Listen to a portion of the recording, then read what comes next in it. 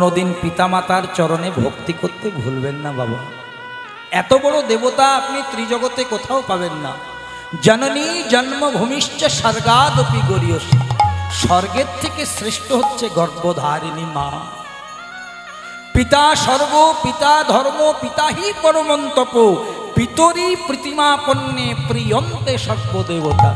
কি সুন্দর মানে, পিতাই স্বর্গ, পিতা ধর্ম, প্রিয়ন্তে সর্বদেবতা। অর্থাৎ যদি কোনো সন্তান তার পিতাকে ভালোবাসে, সকল দেবতার ভালোবাসা এবং কৃপা একসাথে পেয়ে যায়। তাই সকলের পিতার মাতার চরণে অনন্ত কোটি প্রণাম জানিয়ে, আমি নিজের পিতা মাতার চরণে প্রণাম জানিয়ে, সাধু গুরু ব্রাহ্মণ বৈষ্ণবের চরণে প্রণাম জানিয়ে আজ আমরা লীলাটা বিস্তার করব। আরেকটি কথা বলে দিই,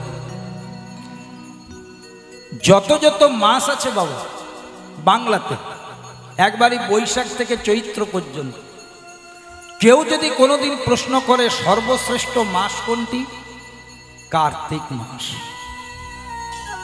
এই সেই মাস, একে বলে দামোদর মাস, নিয়ম সেবার মাস। এই সেই মাস যে মাসে ব্রজগোপীরা সারা কার্তিক মাস ধরে দামোদর ব্রত করে নিয়ম সেবা করে কার্তিক সংক্রান্তির দিনে পরমেশ্বর ভগবানকে পেয়েছিলেন জগৎপতি রূপে। এই সেই মাস। যত যত নদী আছে শ্রেষ্ঠ নদী গঙ্গা, যত যত ধর্মগ্রন্থ আছে শ্রেষ্ঠ ধর্মগ্রন্থ বেদ, আর যত যত মাস আছে শ্রেষ্ঠ মাসের নাম হলো কার্তিক মাস। তবে মায়েরা, আমি আপনাদেরকে হাত জোড় করে একটা ছোট্ট নিবেদন করব, এটা আমার ব্যক্তিগত কথা। অনেকে নিরামিষ খেতে পারেন না, যারা খেতে পারেন না জোর করে খেতে হবে এমন কোনো ব্যাপার নয়, এটা নিজের মনের ব্যাপার, ভজনের ব্যাপার। তবে যদি পারেন, একান্ত যদি পারেন, অন্তত এই কার্তিক মাসটা একটু নিরামিষ থাকার চেষ্টা করবেন। আর কিছু করুন যে না করুন, যদি নিরামিষ থাকতে নাও পারেন, সন্ধেবেলায় হাত পা পরিষ্কার করে ভগবানকে একটু দীপ দান করবেন। এই কার্তিক মাসে মাটির প্রদীপ জেলে তার মধ্যে দীপ দান করলে সংসারের খুব মঙ্গল হয়। এগুলো ভজনের বিষয়, আস্বাদনের বিষয়। তাই এই ভাবটি বর্ণনা করে আজ আমরা লীলার মধ্যে প্রবেশ করব। দেখুন, আজকে আমাকে যে লীলাটি দেবাশিস জানা মহাশয় করতে বলেছেন, উনি বলেছেন আপনি এই লীলাটা আমাদেরকে শোনাবেন। সেই লীলাটির নাম হচ্ছে নীলাচলে নীল মাধব, মানে জয় জগন্নাথ লীলা। এটি কার্তিক মাসে খুব প্রযোজ্য লীলা। একবারই প্রথম থেকে আমরা শুরু করি। প্রথমে আমরা পদাবলীটি আস্বাদন করি। ওরে আমার ভাব রসে গোদাই আমার,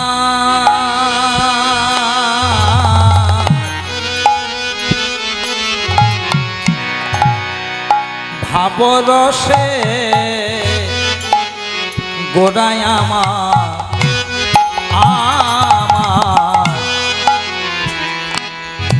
আমার শ্রী গৌরাঙ্গ তনু তনু, কিবা ভাব রসে গোরাই আমার,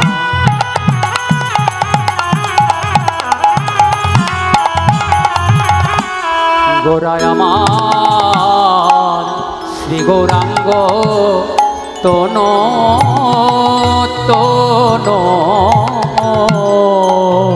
ভাবে রসে রসে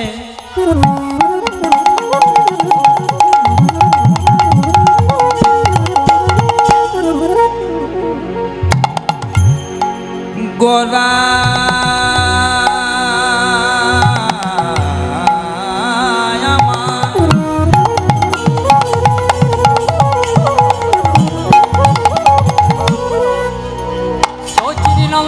আমার গোরা,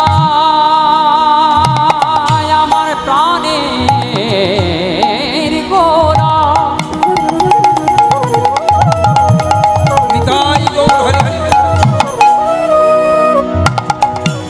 ভক্তজনা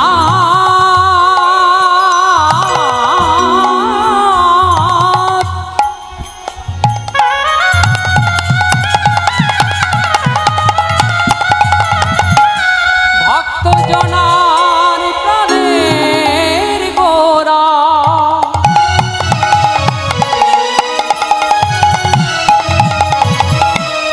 কত মুনি জনার মন চোরা গোরা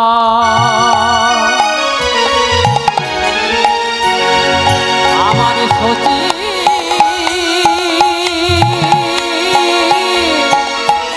প্রাণের দুলালিয়া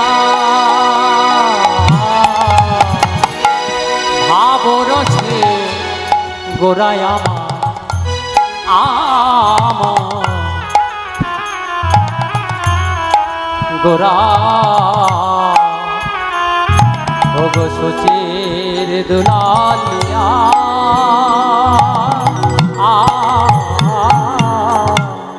ভাবরসে গোরায় আমার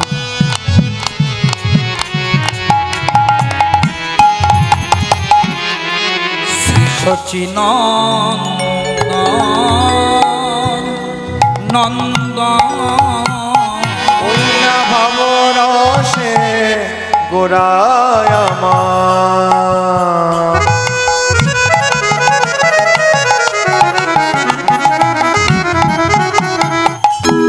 শ্রী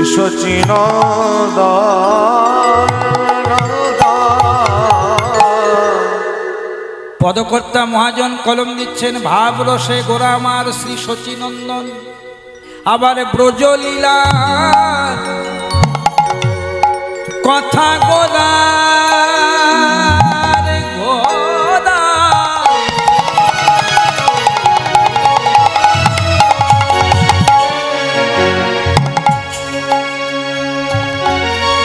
হইল সদ ওই ব্রজ লীলা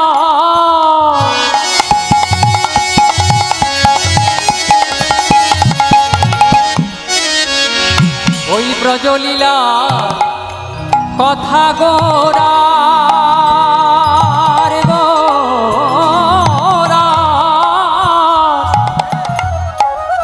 গোরার আমার হইল সর আমার মনেতে পড়েছে মনেতে পড়েছে মনেতে পড়েছে ভোগ মনেতে পড়েছে ব্রজলীলার কথা গোরার মনেতে পড়েছে না ব্রজলীলার কথা গোরার মনেতে পড়েছে ওই না ব্রজলীলার কথা গোরা আমার মনেতে পড়েছে যুগল হয়ে এসেছে ওগো তাই মনে পড়েছে যুগল হয়ে এসেছে তাই মনে পড়েছে আমার রাধা কৃষ্ণ যুগল হয়ে গৌর হরি এসেছে রাধা কৃষ্ণ যুগল আমার গৌর হরি এসেছে আমার রাধা কৃষ্ণ যুগল হয়ে নদিয়ায় আমার রাধা কৃষ্ণের যুগল হয়ে নদিয়ায় এসেছে আমার রাধা কৃষ্ণের যুগল হয়ে নদিয়ায় এসেছে একবার হরি বল বলাইতে নদিয়ায় এসেছে নাম প্রেম বিলাইতে নদিয়ায় এসেছে আমার জীবে দয়া করবেন বলে নদিয়ায় এসেছে একবার হরি হরি বলে প্রেমানন্দে বাবু একবার হরি হরি হরি বলে প্রেমানন্দে বাবু তোলে হরি হরি হরি বলে প্রেমানন্দে বাবু তোলে হরি হরি হরি বলে প্রেমানন্দে বাবু তোলে ওগো যুগল হয়ে এসেছে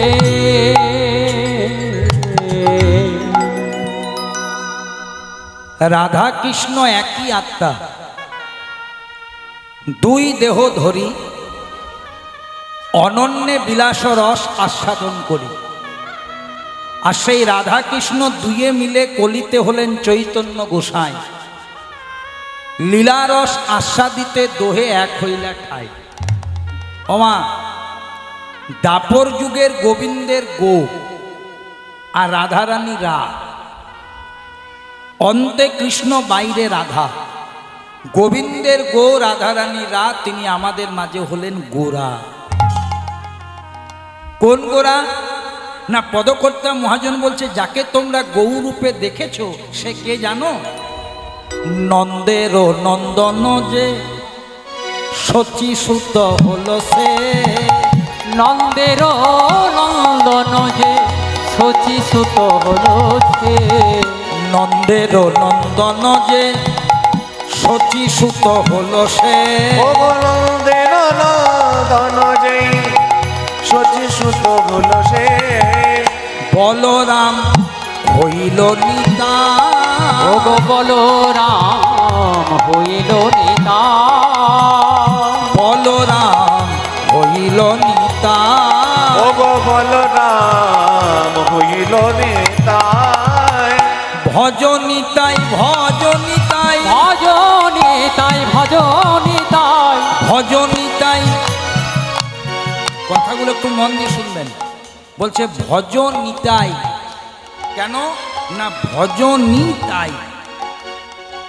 ভজনিতাই, নিতাইকে ভজনা করো কেন না এখনো ভজনিতাই। ভজনিতাই ভজনিতাই। তোমরা ভজনিতাই ভজনিতাই। ভজনিতাই ভজনিতাই। নিতাই ভজলে গৌর পাবে। তোমরা ভজনিতাই ভজনিতাই। তোমরা নিতাই ভজলে গৌর পাবে। একবার ভজনিতাই ভজনিতাই। আবার গৌর ভজলে ব্রজে যাবে। সবাই ভজনিতাই ভজনিতাই। গৌর ভজলে ব্রজে যাবে। ভজনিতাই ভজনিতাই। রাধা কৃষ্ণের তোমরা যুগল পাবে। তোমরা ভজনিতাই। ভজনিতাই। বাহ! শ্রীনন্দের নন্দন যে শচী সুত হলো সে। বলরাম হইল নিতাই। ভালো করে আস্বাদন করো মা জায়গাটা। আমি তোমাদের একটু সারাবলির ভেতর থেকে নিয়ে যাই। গল্প করবেন না মা, সামনে একেবারে সারাবলির ভেতরে আপনাদেরকে নিয়ে যাই, তাহলে জায়গাটা পরিষ্কার হয়ে যাবে। ভগবান শ্রীকৃষ্ণ তখন দ্বারকায় আছেন। ডান দিকে রুক্মিণী, বাম দিকে সত্যভামা। ভগবান কৃষ্ণ দ্বারকার মহারাজা। তা রুক্মিণী দেবী আর সত্যভামা দেবী একটা দৃশ্য দর্শন করলেন। কি দৃশ্য? না তাদের স্বামী কৃষ্ণ যখন রাত্রিবেলায় শয়নে যায়, মধ্যরাত্রি থেকে একজনের নাম ধরে কিন্তু কাঁদে। এমন কাঁদে যে বালিশটা স্বামী কৃষ্ণকে তার স্ত্রীরা দেয়, সেটা সকালবেলা একেবারে ভিজে যায়। রুক্মিণী, সত্যভামা, জাম্ববতী, কৃষ্ণের স্ত্রীরা চিন্তা করলো, আমাদের স্বামী কার নাম ধরে কাঁদে গো? শুকনো বালিশ পর্যন্ত ভিজে যায় সকাল হওয়া মাত্র। কার জন্য কাঁদে? আজ আমরা লুকিয়ে লুকিয়ে সেটা দর্শন করব। যেই না গভীর রাত্রি হলো, রুক্মিণী সত্যভামা লুকিয়ে লুকিয়ে দেখছে তাদের স্বামীর চোখের থেকে, কৃষ্ণের নয়ন থেকে অশ্রু নির্গত হচ্ছে। আর একজনের নাম ধরে কাঁদছে। কার নাম? কান পেতে শোনা যাচ্ছে তাদের স্বামী কৃষ্ণ হারাই হারাই হারাই বলে কাঁদছে। মনে মনে চিন্তা করছে, হারাই মানে রাধারানী। কে রাধারানী? আমরা কৃষ্ণের 16 সহস্র রমণী। তাহলে কি আমাদের মধ্যে কেউ রাধারানী আছে যাকে কৃষ্ণ একটু বেশি ভালোবাসে? তার নাম ধরে কাঁদবে কেন? এই ঘটনাটা ঘটে যাওয়ার বেশ কয়েকদিন পরে আবার একটি ঘটনা ঘটল। কি হয়েছে জানো মা? একদিন রুক্মিণী দেবী, সত্যভামা দেবী একটি সোনার পাত্রে স্বামী কৃষ্ণকে এক বাটি দুগ্ধ গরম করে খেতে দিয়েছে, পান করতে দিয়েছে। ভগবান কৃষ্ণ তাড়াতাড়ি করে সেই গরম দুগ্ধটা পান করতে গিয়ে, এটা ভগবানেরই লীলা, ছেঁকা লেগে গেল। আর যেই না ছেঁকা লেগে গেল, কৃষ্ণ হঠাৎ বলে উঠল, হা রাধে। ও মায়েরা, আমরা যদি কোনো গরম দ্রব্য পান করি, চা বলুন, জল বলুন, দুগ্ধ বলুন, যদি ছেঁকা লাগে আমরা কি বলে কাঁদি, আমরা কি বলে চিৎকার করি, ও বাবা রে, ও মা গো। কিন্তু ভগবান কৃষ্ণ ও বাবা রে, ও মা রে বলেনি, বলেছে হা রাধে।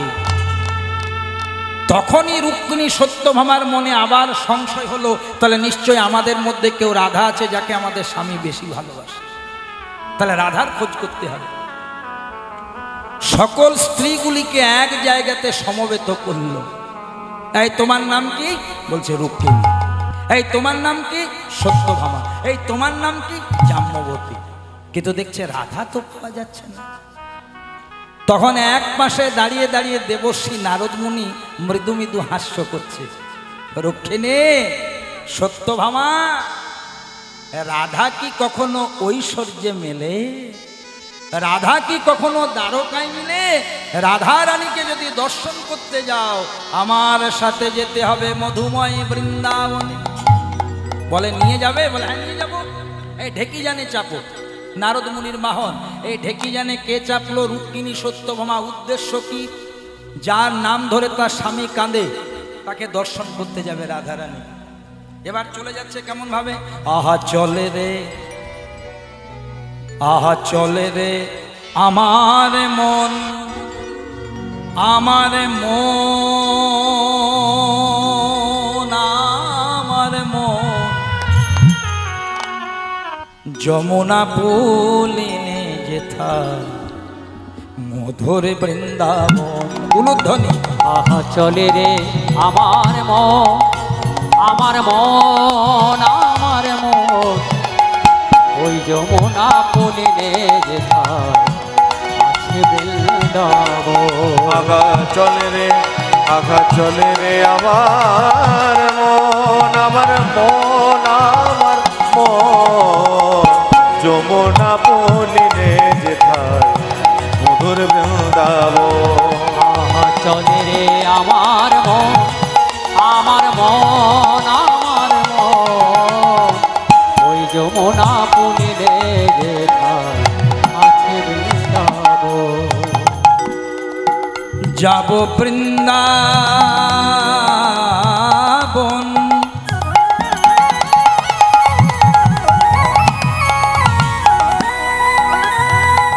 সেথা গেলে দেখতে পাবো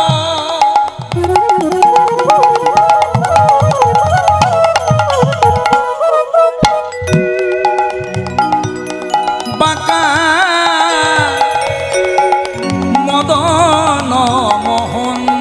ওগো সেথা গেলে দেখতে পাবো বাঁকা মদন মোহন। আবার শ্যাম কুণ্ড, রাধা কুণ্ড, গিরি গোবর্ধন। আমার শ্যাম কুণ্ড, রাধা কুণ্ড, গিরি গোবর্ধন। শ্যাম কুণ্ড, রাধা কুণ্ড, গিরি গোবর্ধন। সেথায় আছে শ্যাম কুণ্ড, রাধা কুণ্ড, গিরি গোবর্ধন। যমুনারি ধারে ধারে তোমাদের বন। নিতাই গৌর হরি চলে রে আমার মন, আমার মন, আমার মন, যমুনা পুলিনে আছে মধুর বৃন্দাবন। প্রেম সে বলিয়ে রাধে রাধে। যমুনা পুলিনে আছে মধুর বৃন্দাবন। নারদ মুনি ঢেকি জানে চেপে রুক্মিণী সত্যভামা এলেন মধুময় বৃন্দাবন। রাধারানী তখন করেছে কি বাবা? রাধা কুণ্ড তীরে বসে আছে, আর সকল ভক্তরা দুটি হাত তুলে সেই যুগল নাম গাইছে। আজ দামোদর মাস, আমরাও কেন গাইব না বাবা? চলুন আমরা মনের আনন্দের যুগল নামটা গেয়ে নিই। রাধারানী রাধা কুণ্ড তীরে বসে আছে, আর অগণিত ভক্ত দুটি হাত তুলে বলছে জয় রাধে।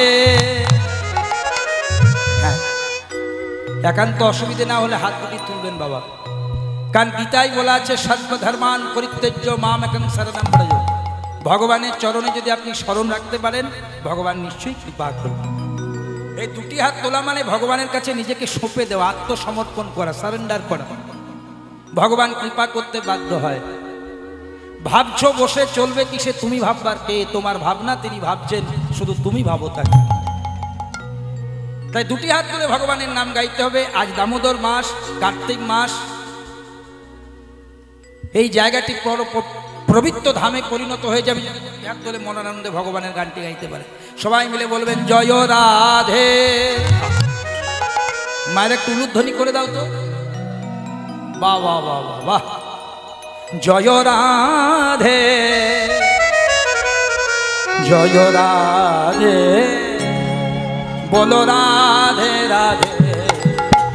জয় রাধে জয় রাধে জয় রাধে, বলো রাধে রাধে। জয় রাধে জয় রাধে জয় রাধে জয় রাধে রাধে। কি সুন্দর আপনারা আমার সাথে অনেকে দুটি হাত তুলে গাইছেন। কেন বলছি জানো মা? সব শাস্ত্রের কথা, অশাস্ত্রীয় কথা কোনোদিন আমি কোনো হরিবাসরে বলি না। কেন দুটি হাত তুলে ডাকতে হয় তার প্রমাণ কিন্তু শাস্ত্রে রয়েছে। একটু প্রমাণটা তোমাদেরকে বলে দিই মায়েরা। মহাভারতে তোমরা দেখেছো দুঃশাসন যখন দ্রৌপদীর বস্ত্রহরণ করতে গিয়েছিল, দ্রৌপদী প্রথমে এক হাত দিয়ে বসনটা ধরেছিল আর এক হাত দিয়ে প্রাণ গোবিন্দের কাছে বসন ভিক্ষা চেয়েছিল। তো ভগবান কৃষ্ণের পাশে দাঁড়িয়েছিলেন দেবশ্রী নারদ, ঝালে ঝোলে অম্বলে সব জায়গায় তাকে। নারদ তখন কৃষ্ণকে প্রশ্ন করছে, প্রভু তোমার নাম বিপদবারী মধুসূদন কেন জানো? ভক্তরা যদি কেউ বিপদে পড়ে তোমাকে যদি শরণাপন্ন করে তাহলে তুমি তাকে কৃপা করো, তাই তোমার নাম ভক্তরা আদর করে দিয়েছে বিপদবারী মধুসূদন। তো যদি তুমি সত্যিকারের বিপদবারী মধুসূদন তাহলে দ্রৌপদী বিপদে পড়েছে, বসনটা দিয়ে দাও। কৃষ্ণ বলছে, নারদ মুনি আমার দিকে একটু লক্ষ্য করো। এই দেখ, যখনই দ্রৌপদী আমাকে ডেকেছে দ্রৌপদীকে বসন দেব বলে কত বসন নিয়ে দাঁড়িয়ে আছি, কিন্তু আমার দুর্ভাগ্য কোথায় জানো? আমি দ্রৌপদীকে বসন দেওয়ার জন্য তৈরি, কিন্তু দ্রৌপদী এখনো আমার কাছে বসনটা নেওয়ার জন্য তৈরি হতে। আমি দ্রৌপদীর এক্সামিনেশন নেওয়ার জন্য রেডি, কিন্তু দ্রৌপদী বলছে আমার প্রিপারেশন কমপ্লিট হয়নি। ও আমাকে কেমন করে ডাকছে দেখো, এক হাত দিয়ে বসনটা ধরেছে, যদি খুলে যায়, আর এক হাত দিয়ে আমাকে ডাকছে, মানে পুরোপুরি বিশ্বাস করেনি। তো যে ভগবানকে পুরোপুরি বিশ্বাস করতে পারে না, ভগবান জীবনে তাকে কৃপা করে না। ওই জন্য স্বামী বিবেকানন্দ ইংরাজি ভাষায় আমাদের সমাজকে একটা মেসেজ দিয়ে গেছে, first believe in your self then believe in God. এটার বাংলা মানে প্রথমে নিজের প্রতি বিশ্বাস তৈরি করো, কনফিডেন্স লেভেল হাই করো। যদি তুমি নিজের প্রতি বিশ্বাস তৈরি করো তবেই তুমি ভগবানকে বিশ্বাস করতে পারবে। যার নিজের প্রতি ভরসা নেই, আস্থা নেই, বিশ্বাস নেই, সে কোনোদিন ভগবানকে বিশ্বাস করতে পারে না। তাহলে দ্রৌপদী আমাকে কেমন করে ডাকছে দেখো নারদ মুনি, এক হাত দিয়ে বসনটা ধরেছে আর এক হাত দিয়ে আমাকে ডাকছে, তার মানে আমাতে সন্দেহ আছে, যদি দু হাত তুলে আমার নাম করে যদি বসনটা খুলে যায়। তো যাদের আস্থা পুরোপুরি থাকে না, বিশ্বাস পুরোপুরি থাকে না, আমি তাদেরকে কৃপা করি না। আর দ্রৌপদী যখন নিজে চেষ্টা করছে তো নিজেই করছে, সজোরে টান দিয়েছে দুঃশাসন। দ্রৌপদী দেখলো আমার দ্বারা আর হবে না, আমার যে পঞ্চস্বামী তারা কর্তব্যের কারাগারে বন্দী, কপট পাশা খেলায় আমাকে হেরে বসে আছে। এবার দেখলো আমার পঞ্চস্বামী নিরুপায়, কিন্তু আমার জগৎ স্বামী শ্রী গোবিন্দ তো রয়েছে। এবার যেই না দুটি হাত তুলে বলেছে, যা করো গোবিন্দ, আমার লজ্জা রাখবে তুমি, লজ্জা নষ্ট করবে তুমি। এই যেই না দুটি হাত তুলে দিয়েছে না, কৃষ্ণ তখন নারদকে ঠক্কর দিয়ে বলছে, নারদ আমি গোল্ডেন মোমেন্টের জন্য অপেক্ষা করছিলাম, কখন ভক্ত আমার পুরোপুরি হয়ে যায়। দেখো দুটি হাত তুলেছে।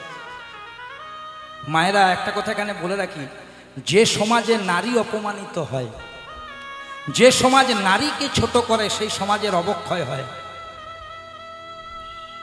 ওই যখনই দুঃশাসন দ্রৌপদীর চুলের মুঠি ধরে দ্রৌপদীকে অপমান করেছিল, সেদিনেই কিন্তু কৌরবদের মৃত্যু ঘণ্টা বেজে গিয়েছিল। যেদিন রাক্ষসরাজ রাবণ কেশ ধরে সীতা হরণ করেছিল, সেদিন রাবণ রাজ্য শেষ হওয়ার একটা সংকেত হয়েছিল। যেদিন ভীষ্ম স্বয়ম্বর সভা থেকে কাশীরাজের কন্যা অম্বাকে তুলে এনে পরে বিয়ে করল না, কারণ যেহেতু সে চিরকুমার রইবে, কিন্তু স্বয়ম্বর সভা থেকে তুলে আনার অধিকার নেই, এনেছিল। আর সেই অম্বা পরবর্তীকালে শ্রীখণ্ডী হয়ে ভীষ্মের মৃত্যুর কারণ হয়ে দাঁড়িয়েছে। দুর্যোধনের স্ত্রী যার নাম ভানুমতি, দুর্যোধনকে বিয়ে করতে চাইনি, জোর করে তুলে এনেছিল। তাহলে প্রমাণ কি? যেখানে নারী অপমানিত হয় সে সমাজ তাড়াতাড়ি নষ্ট হয়। আরজি করে নারী অপমানিত হয়েছে, এখনো বিচার হয়নি। উত্তর কে দেবে? সমাজকে দিতে হবে। কুরুকুল ধ্বংস হয়েছিল দ্রৌপদীর কেশ আকর্ষণে, রাবণ রাজা হয়েছিল ধ্বংস কেশ ধরে সীতা হরণে। তাহলে দ্রৌপদী আমাকে কেমন করে ডাকছে? এক হাত দিয়ে ডাকছে, আর যেই না দ্রৌপদী দুটি হাত তুলে দিল, ভগবান আড়াল থেকে এত বসন দিল, এত বসন দিল, বসন ধরে ধরে দুঃশাসন ক্লান্ত হয়ে। তাহলে আমরা শিখলাম কি মা? দ্রৌপদীর মতন ভক্ত যে যতক্ষণ না দুটি হাত তুললো ভগবানের কৃপা পেল না, আমরা পাবো? এই যে দ্রৌপদী ভগবানের কাছে বসন চাইছে, শুধু শুধু চাইনি মা, দ্রৌপদী ভগবানকে বসন দিয়ে রেখেছে, ব্যাংকে টাকা জমা আছে, সুদ চাইছে, দিয়ে রেখেছে। যদি বলেন কি করে দিল? না, কৃষ্ণ যেদিন শিশুপালকে বধ করেছিল বাবা সুদর্শন চক্র দিয়ে, কৃষ্ণের আঙ্গুলে আঘাত লেগেছিল, সেটা কেউ দেখেনি, দ্রৌপদী দেখেছিল। সুন্দর শাড়িটা কেটে কৃষ্ণের আঘাতের জায়গাটাতে জড়িয়ে দিয়েছে। কৃষ্ণ সেদিন বলেছিল যে অসময়ে আমাকে বসন দিলে, জীবনে যদি তোমার কোনোদিন বসনের প্রয়োজন হয় আমি দেব। এটা হাফ ইয়ারলি, অ্যানুয়াল বাকি আছে। দুর্বাসা মুনি নদীতে স্নান করতে গিয়েছিল, নদীর জলে দুর্বাসা মুনির লজ্জা নিবারণের ধুতিটা ভেসে গেল। সেই ঘাটে স্নান করতে এসেছিল দ্রৌপদী। দ্রৌপদী বলছে, মুনিবর আপনি আমার পিতৃতুল্য, আপনি জলের থেকে উঠুন, এবার আমি নেমে স্নান করব। মুনি বলছে, মা লজ্জার কথা কি বলবো, তুমি আমার মেয়ের মতো, কিন্তু আমার লজ্জা নিবারণের কৌপিন বা ধুতি জলে ভেসে গেছে। সেদিন দ্রৌপদী কি করেছিল শুনে নাও মা।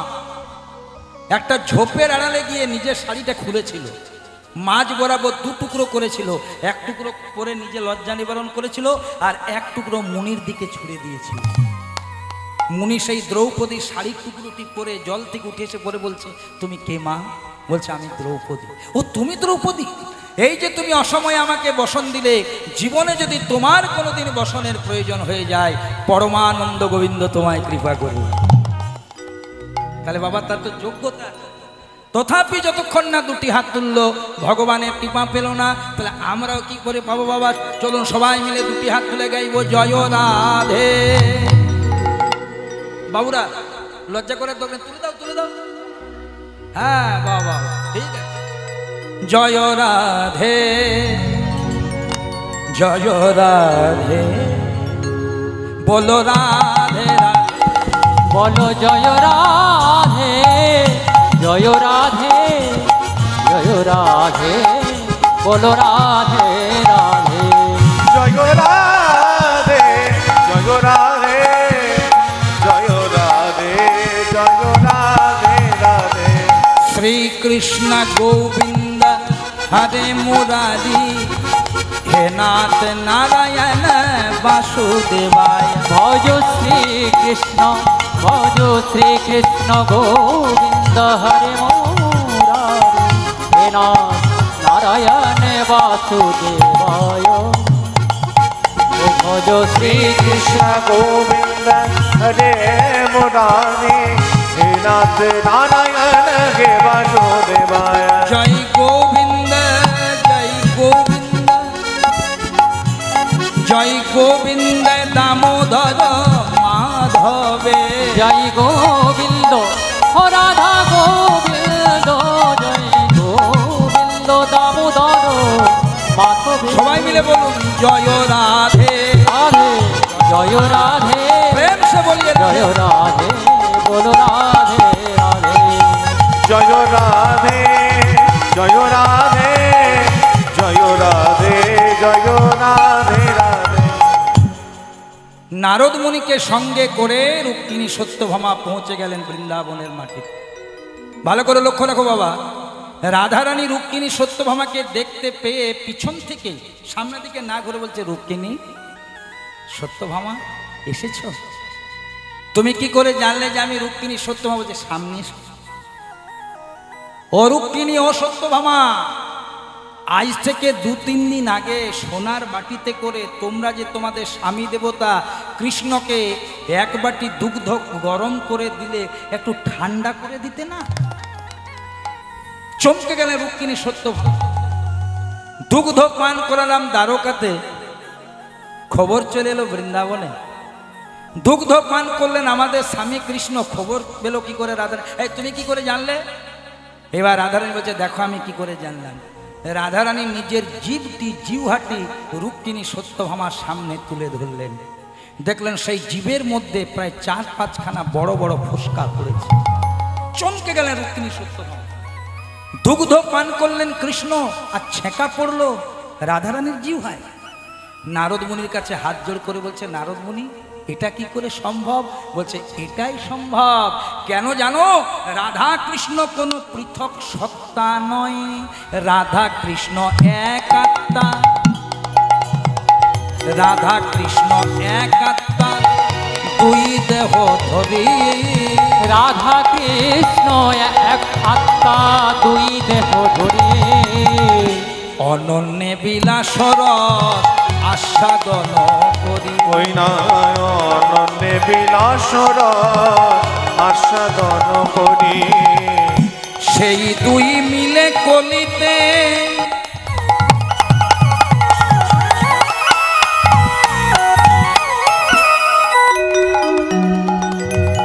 রাধা কৃষ্ণ দুই মিলে এই কলিতে চৈতন্য গোসাই।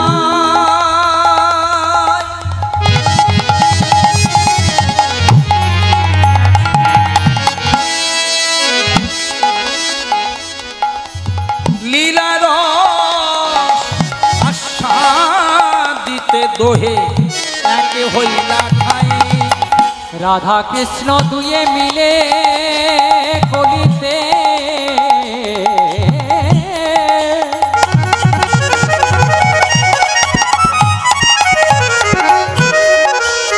চৈতন্য গোসাই।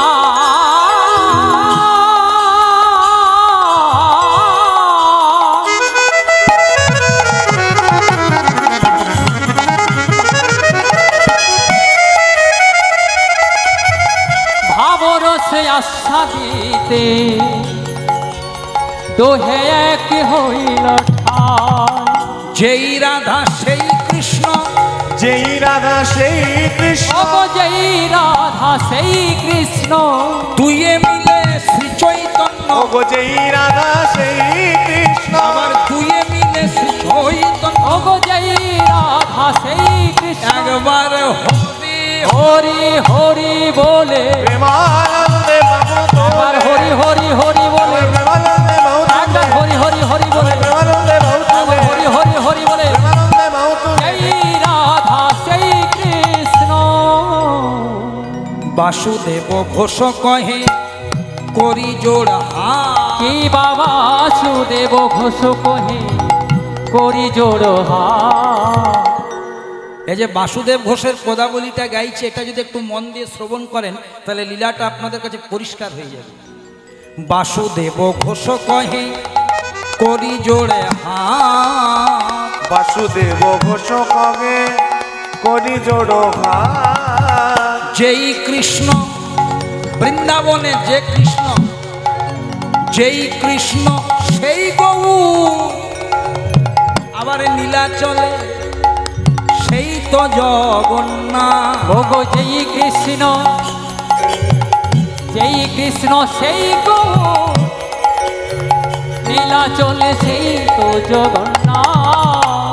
ও মায়েরা যারা মন দিয়ে কীর্তন শুনছে, একটা সহজ কথা বলি। আমার মামা বাড়ি হচ্ছে আসানসোলে, নাম শুনেছো? আসানসোলের নাম তো শুনেছো মা? আমার মামা বাড়ি হচ্ছে আসানসোলে। আচ্ছা বলো তো মা, আমার মামা বাড়ি যদি আসানসোলে হয়, আমার মায়ের বাপের বাড়ি কোথায় হবে? উত্তর পলসা, আসানসোল। যদি বাবাদের কাছে প্রশ্ন রাখা হয়, হ্যাঁ বাবা তাহলে আমার বাবার শ্বশুর বাড়ি কোথায় হবে? আসানসোল। এবার মা গেলেন বাপের বাড়ি, বাবা গেলেন শ্বশুর বাড়ি, আমি গেলাম মামা বাড়ি। কেউ বলে শ্বশুর বাড়ি, কেউ বলে বাপের বাড়ি, কেউ বলে মামা বাড়ি, কিন্তু জায়গা এক। কেউ বলে জল, কেউ বলে ওয়াটার, কেউ বলে পানি, কিন্তু বস্তু এক। কেউ বলে জয়গুরু, কেউ বলে হরে কৃষ্ণ, কেউ বলে সীতারাম, কেউ বলে জয় শ্রীরাম, কেউ বলে জয় শ্রীকৃষ্ণ, কেউ বলে জয় শ্রী রাধে। অনেকে বলে এই নামটা শক্তি বেশি, ওই নামটা শক্তি কম। এগুলো আমাদের ভ্রান্ত ধারণা। ভক্তি নিয়ে ভগবানের নাম করলেই প্রত্যেকটির মধ্যেই শক্তি আছে। কারণ ভগবান বলছে যেই নাম সেই কৃষ্ণ, ভজ নিষ্ঠা করি, নামেরও সহিত আছেন আপনি শ্রী। আমরা যারা সনাতন ধর্মের মানুষ, আমাদের তিনটি জিনিস করা দরকার। করব না করব আলাদা ব্যাপার।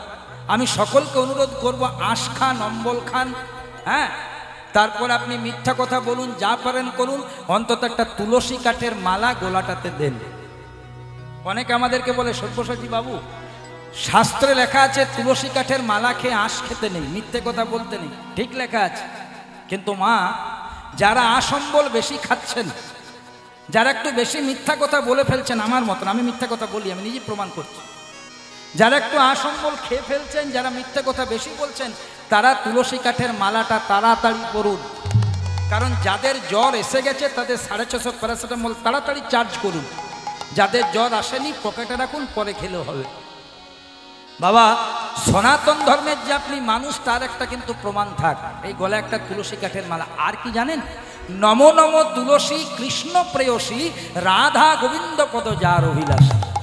যে তোমার শরণ লয় তার বাঞ্ছা পূর্ণ হয়, কৃপা করে করো তারে বৃন্দাবনবাস।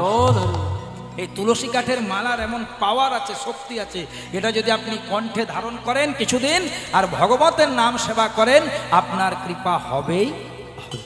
আর বাড়িতে একটা তুলসী মন্দির রাখবেন। এখন অনেক কীর্তনিয়ার অনেক মত, কেউ বলে তুলসী মন্দির এই দিক করুন, কেউ বলে তুলসী মন্দির ওই দিক করুন। বাবা, এদিক ওদিকে যাবেন না।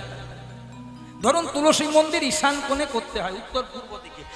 আপনি এমন জায়গা ভাগ পেয়েছেন, বাবা 4টি ছেলে, আপনার ঈশান কোণেই নেই, তো কি করবেন? তুলসী মন্দির করবেন না? ওই ভ্রান্ত ধারণা থেকে একটু নিজেকে আপডেট করুন। তুলসী মন্দিরটা কোন দিকে করতে হবে এটা বিষয় নয়, একটা তুলসী মন্দির অন্তত বাড়িতে রাখুন, এটা বিষয়। এটাই যেন বিষয় হয়ে দাঁড়ায়। যেমন একটা পুলিশকে চেনা যায় তার উর্দিতে, একটা ছাত্রছাত্রীকে চেনা যায় তার ড্রেস পোশাকে। এটা এই স্কুলের ছেলে, ওটা ওই স্কুলের ছেলে, পোশাক থাকে। তেমনি আমাদেরকে সনাতনীদেরকেও চেনার একটা উপায় থাক। বাকিটা সব প্রেমানন্দে নিতাই গৌর হরি হরি বল। তাহলে বাসুদেব ঘোষ কহে করি জোড় হাত, বৃন্দাবনে যে কৃষ্ণ, সেই নবদ্বীপে গৌর, আর সেই নীলাচলে জগন্নাথ। এক ভগবান হলেন এক এবং অদ্বিতীয়, তার রূপ ভিন্ন ভিন্ন। কেউ বলে কৃষ্ণ বড়, কেউ বলে কালী বড়, কেউ বলে দুর্গা বড়, কেউ বলে শীতলা বড়। আর ভগবান নিজে লজ্জা পায়, হ্যাঁ রে, আমাকে নিয়েই বড় ছোট, একজনই তো, একজনকে নিয়ে এত কাটা ছেড়া। ভগবান জানতেন যে আমাকে নিয়ে কলিযুগের মানুষ অনেক ভুল ব্যাখ্যা করবে, তাই গীতার 700 শ্লোকের মধ্যে একটা শ্লোকে ভগবান একদম ক্লিয়ার করে দিয়েছেন যে আমি হলাম এক, আমাকে নিয়ে দ্বন্দ্ব করো না। কি বললেন? যেই যথা মাং প্রপোদন্তে তাং ততৈব ভজাম্যহম। কথাটার বাংলা মানে, যে আমাকে যে রূপে ভজন করে, যে আমাকে যেভাবে ভজন করে, আমি সেটা দেখি না। যদি অন্তরে তার শুদ্ধ প্রেমভক্তি থাকে, আমাকে যদি কালী রূপে কেউ ডাকে তো আমি কালী হই, কৃষ্ণ রূপে ডাকলে কৃষ্ণ হই, আর শিব রূপে ডাকলে আমি শিব হয়ে তার সামনে দাঁড়াই। প্রমাণ কোথায় দিলেন? নিধুবনে। নিধুবনে রাধা গোবিন্দ হাস্যরস ব্যস্ত। হ্যাঁ হমায়েরা ভালো করে, নিধুবনে রাধা গোবিন্দ হাস্যরস ব্যস্ত। ননদিনী কুটিলা দেখলেই সুযোগ পেয়েছি, রাধারানীকে কলঙ্কিনী প্রমাণ করা যাবে। দাদা আয়ান হচ্ছে কালী ভক্ত, রাধারানীর সঙ্গে, ও দাদা চলো তোমার বইয়ের কাণ্ড দেখবে। এই